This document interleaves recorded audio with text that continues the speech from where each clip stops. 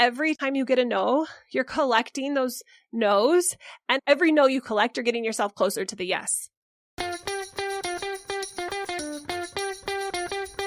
Welcome to the Connect Method Parenting Podcast, where correction is out, connection is in, and your kids want to listen to you. I'm Andy Martineau, creator of Connect Method Parenting, here to help you stay calm, confident, and connected no matter what. Hey, everyone. Andy here. So glad you're enjoying the podcast. I have been thinking about doing this for a while, and to be doing it and to be getting good feedback from everybody, it's just amazing. So if you're liking what you hear, go subscribe. And if you feel like we deserve a 5-star review, please give us a 5-star review. And then this is also a video on our YouTube channel, so you can head over there and leave a comment. I have felt the need for a while to rebrand failure. I think failure has gotten some pretty bad publicity. We don't think it's a good thing. And it is a good thing. It's actually required. I haven't met anyone who has gone through life without failing. It seems to be part of the human experience. But for a lot of us, we don't want it to be part of the experience, and we're trying to avoid failure at all costs. And you know what it's costing us? Our life, our relationships with our kids, our success as a parent. Failure is the ingredient that is absolutely necessary for us to create success in our life. Michael Jordan summed this up beautifully. He said, "I've missed more than 9,000 shots in my career. I've lost almost 300 games. 26 times I have been trusted to take the game-winning shot and missed. I have failed over and over and over again in my life, and that is why I succeed." I was listening to a YouTube interview of Ed Sheeran, and he said the same thing. He said, we are not talking enough about failure. There's so much out there about how to succeed and how to have a better life, and that's all well and good. But what we're forgetting is to get there, you are going through a trail of failures. And so he said, pull up this YouTube video. I made it when I was 14. You'll see how bad I was. And they start playing it, and it was not good. And he said, laughing at himself, he said, that was when I was 14. And at 19, I wrote A-List, and it went viral. And his point was the failures, the experiences, the commitment I had to my end result that allowed me to get where I was at 19. I would never have gotten there without having lots and lots of failures along the way. I agree. I want to interview him. Ed, tell us about failure. How has it shaped your life? If we were able to dive into the inner workings of really successful people, we would see that it wasn't because they were a lucky unicorn. It was because they understood productive failure. Nelson Mandela, amazing man, he said, don't judge me by my successes. Judge me by the number of failures that I've pushed myself up and continued on from. That's not a direct quote, but something like that. His emphasis was, look at the times I have recovered from my failures. That is how I want you to judge me. That is how I want you to know who I am. From a parent perspective, that's what we're talking about here, Connect Method Parenting, and how we go from corrective to connective parenting. Welcoming in failures is vital as we are trying to figure out how to release the control and the punitive consequences and the rewards that we've been using. And we're moving into connective limits and focusing on the relationship and being genuinely connected to our kids. This is a new territory, a new land we're stepping into. And so there's going to be a ton of failures along the way. And if you are letting your brain make the failures mean this isn't working, I'm not good enough, you're going to give up. You're not going to make it to the other side. If you would like to become a better version of yourself, you need to go fail. You need to go push yourself to the edge of what you are capable of. And by doing that, you're telling your brain you want to learn something new, so it responds. Let's look up the definition of failure on Google, just so we can be clear. I love this definition, by the way. It says, failure is the omission of expected or required actions. That's so simple. When Michael Jordan's not making a free throw, it's just, he didn't make it. He had an expectation that he was going to make the free throw and he didn't. So he's practicing.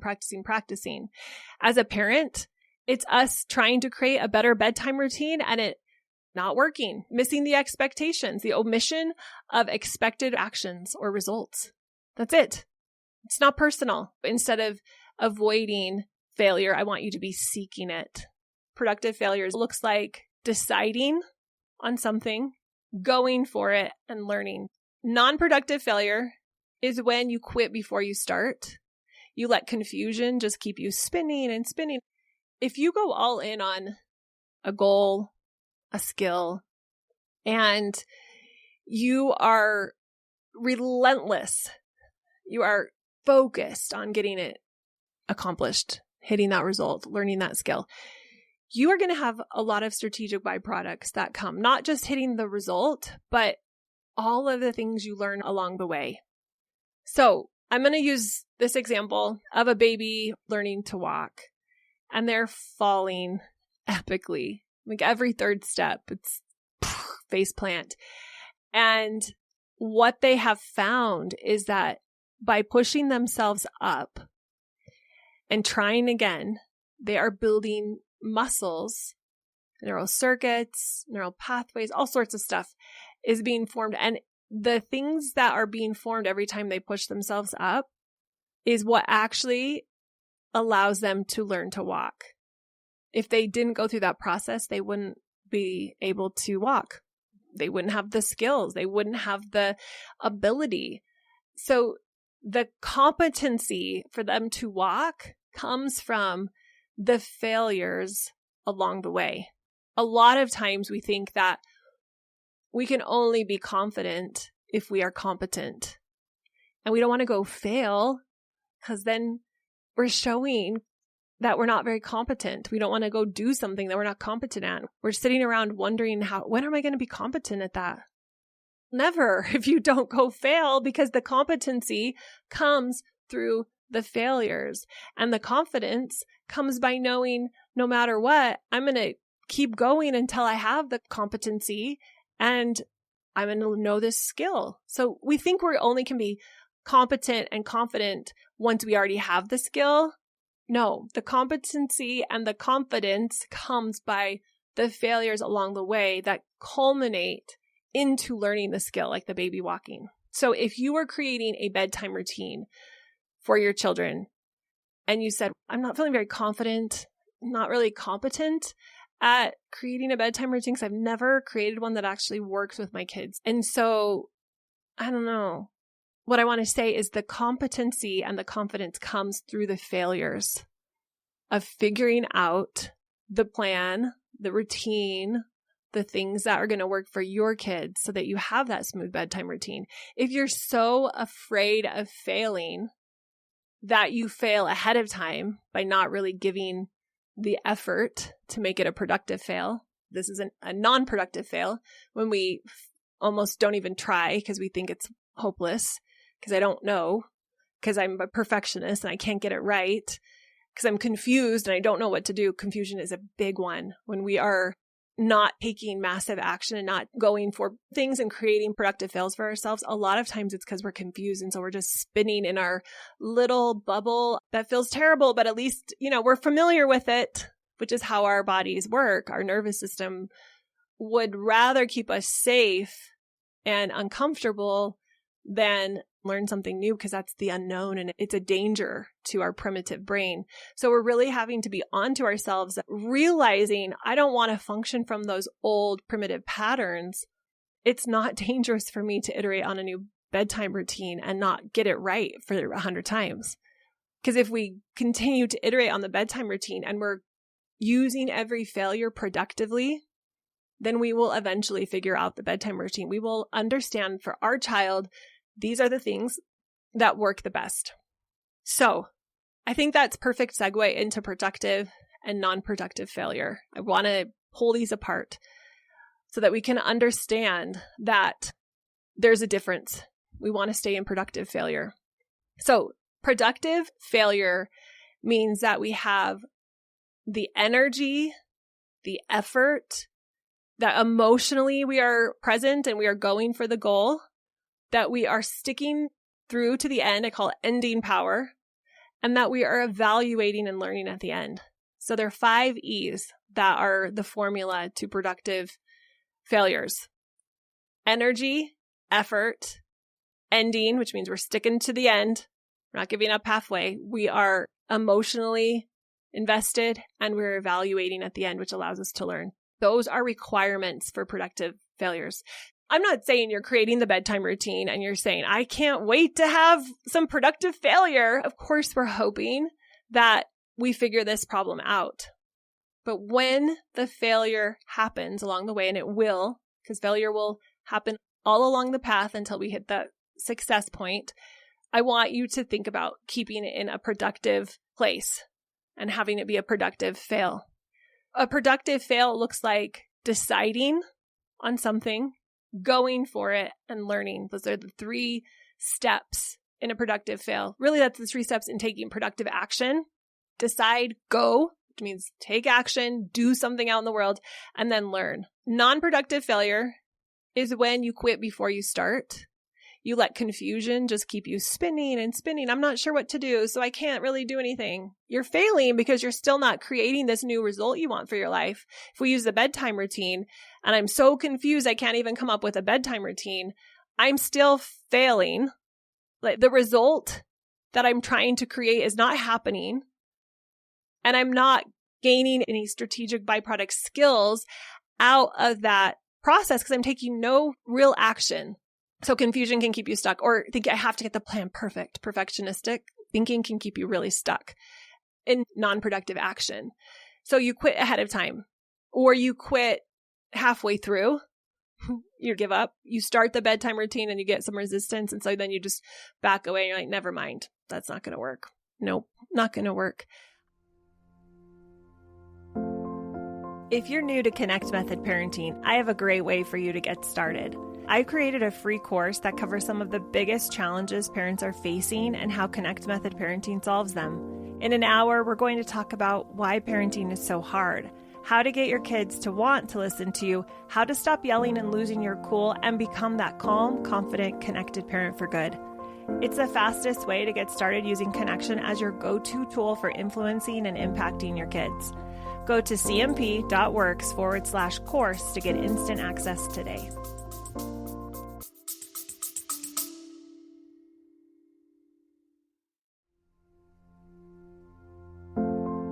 If you're new to Connect Method Parenting, I have a great way for you to get started. I created a free course that covers some of the biggest challenges parents are facing and how Connect Method Parenting solves them. In an hour, we're going to talk about why parenting is so hard, how to get your kids to want to listen to you, how to stop yelling and losing your cool, and become that calm, confident, connected parent for good. It's the fastest way to get started using Connection as your go-to tool for influencing and impacting your kids. Go to cmp.works/course to get instant access today.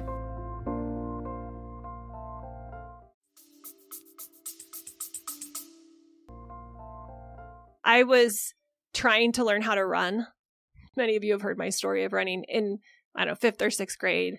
We had to do these exercises in PE, and they timed us and measured all these things and reported it to the higher ups. And when it came time to do the mile, for some reason, I was a competitive gymnast, so I was in good shape. I think it was because I had damaged my knees and they hurt, but whatever the reason is, I literally ran the slowest mile in my class. I was very embarrassed and I decided I couldn't run. This belief stayed with me for a couple of decades. After I was done having kids, I decided I was going to run. So I got this app on my phone called Couch Potato to 5K, a very appropriate title for me. And it had very small incremental runs, walk, run, walk. It was very simple. And I followed it for about a week and a half until I was like, I don't think I'm making fast enough progress. This is never going to work. What was I thinking, that I should be running a 5K in a week? Other people might be able to do that. That was a little bit above and beyond for my physical abilities at the time. So I gave up because I didn't think I was ever going to get the results. That's a great example of non-productive action. I didn't make progress physically. I didn't learn any mental skills to help me be more resilient, to do better next time. I literally just gave up on myself halfway. Now, let's compare this to something that my son is killing right now. He's back east in Pennsylvania selling pest control door to door. You guys, this is such a hard job. commission only. So he only makes money if he makes sales. And most people say no. So we've had a couple of conversations where he is facing the reality of having a day where he's knocked 50, 60 doors and no one has said yes. And he's so committed to stay out there, but also so honest that part of him does not want to stay out there. So one day he was calling me. So pretty, by the way. Being a West Coast girl where it's dry, I'm not used to an Arizona girl, which even makes it extra dry. I'm not used to all these trees. And he was showing me, Mom, look at these trees, literally forests in neighborhoods. So pretty. So he's calling me. He snuck back into one of these little forested areas, so he's not on the main drag, and he can talk and be honest with me. And he's telling me how hard it is, and he's frustrated, rightly so. This is a killer job. Part of my mama heart is thinking, this is the best way. He's collecting so many productive failures every day. Are you kidding me? He's getting so many no's. This is such great training for his emotional resilience and his development as a human, but dang hard. So he's talking to me and he's frustrated. He hasn't gotten more sales.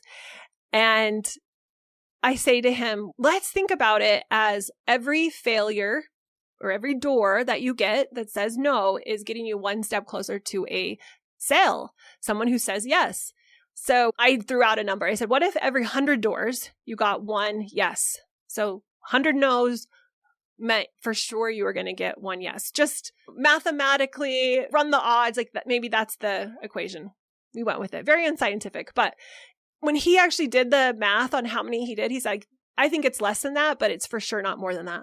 So he said, great, let's just go with worst case scenario. And that means every time you get a no, you're collecting those no's. And every no you collect, you're getting yourself closer to the yes.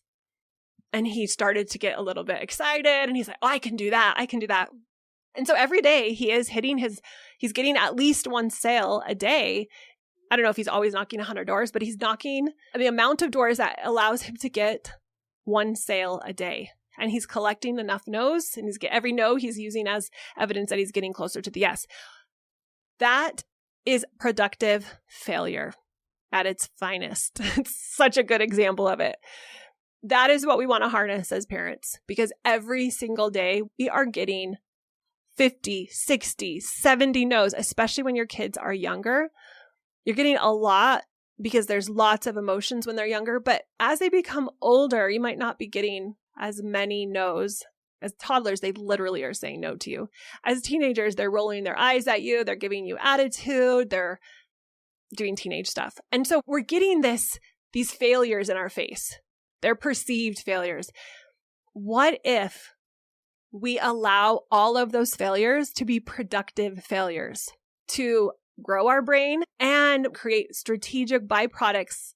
For example, patience, emotional intelligence, better communication skills. We are learning things along the way as we navigate all of the failures, because every failure is a productive failure, because we're just deciding in the moment, I'm making this a productive failure, man. I am letting this work for me. And so then we are taking action.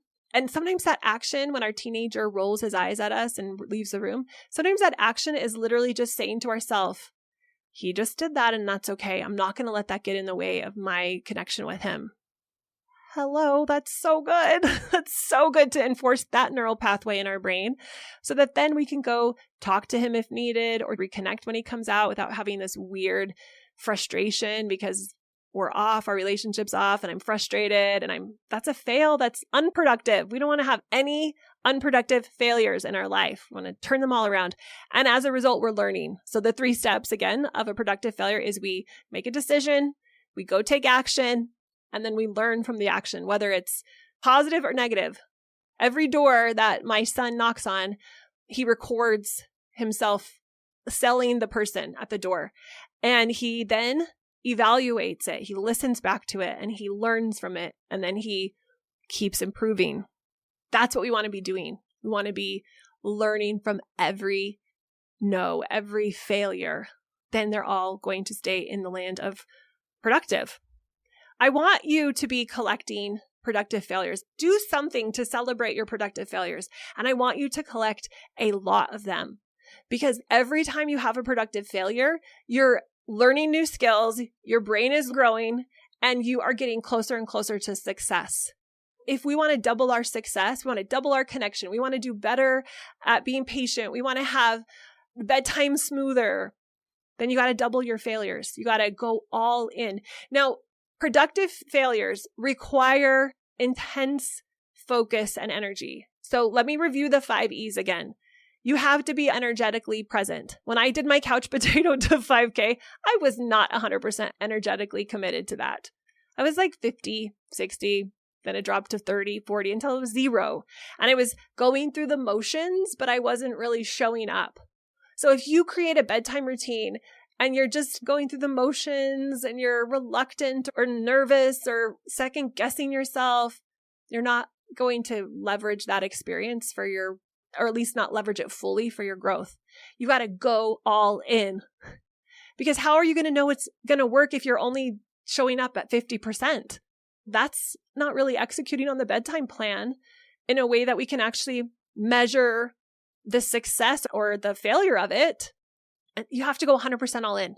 So 100% energy, 100% effort. Once again, couch potato to 5K, did not give it 100% effort, 100% ending power, crossing the finish line, 100% commitment to evaluating, and 100% of your emotional capacity there. So you're not just kind of there, you're showing up excited if it requires the emotion of excited, or confident, or calm, or connected.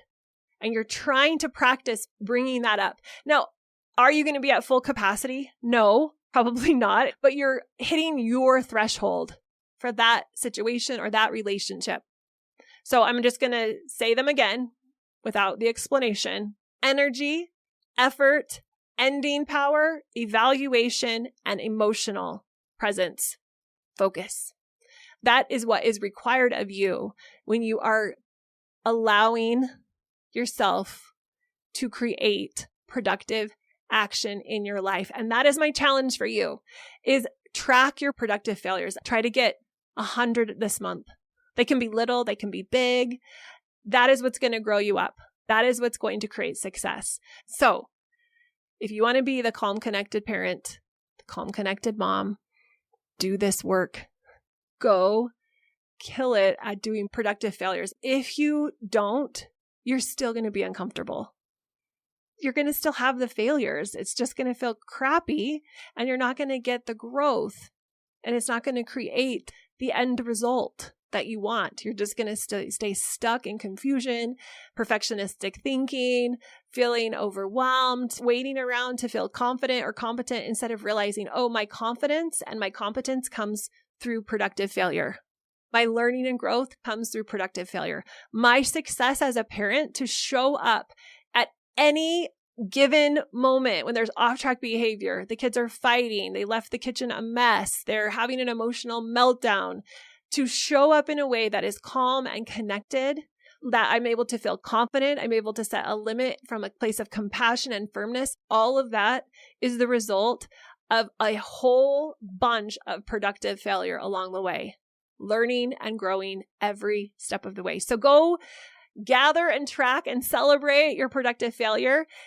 If you're watching this on YouTube, then comment below and let me know what productive failures you've had recently. I would love that so much. Thank you so much for listening today, for having me help us all rebrand failure, seeing it in a new light, not believing the old stories we had about it, and using it in a productive way so that it always is promoting growth and progress and more connection and more confidence with our kids. That is what I want for you. All right, we will see you on the next episode. Bye.